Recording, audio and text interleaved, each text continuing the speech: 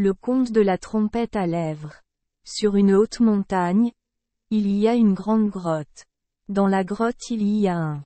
Chaque jour, le démon mange de la viande de bœuf et de cheval, utilise le sang pour faire du vin et utilise la viande comme nourriture. Lorsque tous les chevaux et les vaches sont partis, il se rend dans les villages des environs pour attraper des buffles, des vaches et des chevaux. Manger. Les villageois des environs étaient très en colère contre le démon, mais personne n'osait riposter. En les voyant, tout le monde s'est enfui. Un jour, la fille unique du roi chat est allée jouer dans la forêt. Elle était occupée à cueillir de belles fleurs lorsque le diable est arrivé derrière elle. Il plissa les yeux et la regarda en souriant. « Elle est si belle. Je te reprendrai pour être mon serviteur. » Après avoir dit cela, il a immédiatement vomi sa chemise. L'ourlet de sa chemise semblait avoir des ailes, volant vers la princesse et la capturant. Le fantôme a soufflé une fois et la princesse a été emportée par sa chemise jusqu'à la grotte. La princesse est tombée amoureuse. À son réveil, elle se retrouva dans la grotte du diable. Regardant soudain ses pieds, elle vit que la corde était attachée à ses chevilles depuis un certain temps et que le diable forçait la princesse à le servir. Chaque jour, elle devait se rendre au ruisseau au pied de la montagne pour apporter de l'eau pour que le fantôme puisse se baigner. Elle était très triste et avait le mal du pays, mais il n'y avait aucun moyen de s'échapper, car chaque fois qu'elle faisait un mouvement fort, la corde magique alertait immédiatement le fantôme. Un matin, elle descendit au ruisseau pour porter de l'eau et vit un beau poisson nageant, augmentant la vue. Parfois, les poissons remontaient à la surface et la regardaient avec des yeux pétillants. La princesse regarda le poisson heureux, pensant que son sort était misérable. Elle s'écria : « Le poisson est triste. Le poisson nage, je suis triste. À qui puis-je le dire ? Tout autour de moi le ciel est profond et la terre est épais.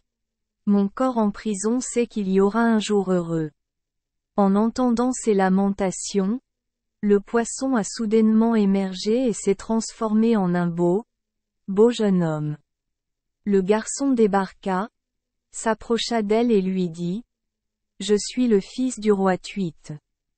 Apprenant qu'elle était emprisonnée par le diable, je me suis précipité ici pour la sauver. » Le garçon a rapidement porté la princesse sur son dos et s'est enfui à travers la forêt. Dans sa hâte, elle oublia la corde magique qui lui attachait les pieds. Voyant le mouvement, la corde informa le démon. Le démon se mit en colère, rugit comme le tonnerre et sortit un miroir magique pour le regarder.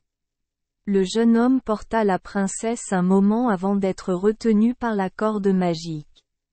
Sachant qu'il ne pouvait pas aller loin à ce moment-là, il jeta immédiatement un sort pour la transformer en fleur, et lui en branche pour la protéger.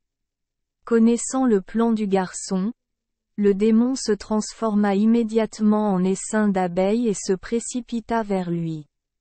Les branches et les feuilles sont piquées par les abeilles, les feuilles tombent, les feuilles se transforment en garçon et les fleurs piquées par les abeilles se transforment en princesse. Le diable m'a attrapé et a tiré la princesse en arrière. Heureusement, le garçon a pu s'échapper. Il errait, triste. La fée apparut et lui donna un couteau et une feuille, puis lui dit gentiment : « Chaque fois que tu voudras dire quelque chose à ta femme, mets cette feuille dans ta bouche et parle, ta femme entendra. » La fée apparut de nouveau à la princesse, lui donna une feuille et lui dit : « Chaque fois que tu veux dire quelque chose à ton mari, mets simplement cette feuille dans ta bouche et dis-le, ton mari entendra. » Puis la fée a disparu. La princesse avait la feuille, alors elle lui raconta toutes ses souffrances et espéra qu'il reviendrait rapidement pour la sauver. Cette fois, Les deux hommes se donnèrent rendez-vous au bord du ruisseau. Grâce au couteau que lui avait donné la fée, il coupa la corde de l'ange et l'emporta. Si le cordon nerveux est rompu, signalez-le immédiatement au diable. Le diable l'a immédiatement poursuivi. Dès qu'ils coururent tous les deux vers la rive de la grande rivière, ils virent le fantôme d'un fantôme se profiler derrière eux. Voyant cela, il se tourna immédiatement vers la rive, tapota l'eau avec sa main et cria « Gros poissons et des petits poissons. Ô carpe, poisson, faites-moi traverser la rivière. » Dès qu'il a fini de parler, il a vu un gros poisson patauger et emmener les deux personnes à travers la rivière. Le fantôme l'a poursuivi jusqu'au bord de la rivière et a immédiatement ôté son manteau et l'a jeté dans le ciel. La chemise vola, emportant le diable à travers le large fleuve. Les deux atteignirent une très haute montagne et la fée envoya un grand oiseau voler pour les emmener au-dessus de la montagne. Le démon poursuivant la montagne a également jeté sa chemise et la chemise a porté le démon au-dessus de la montagne. Le fantôme les a presque rattrapés tous les deux, puis s'est arrêté, a soufflé fort, la chemise a volé, a attrapé la tête des deux personnes et les a étroitement enveloppées. Une fois attrapé, le diable a battu le garçon à mort et a repris la princesse. La mort injuste du jeune homme est parvenue aux oreilles de ses ancêtres.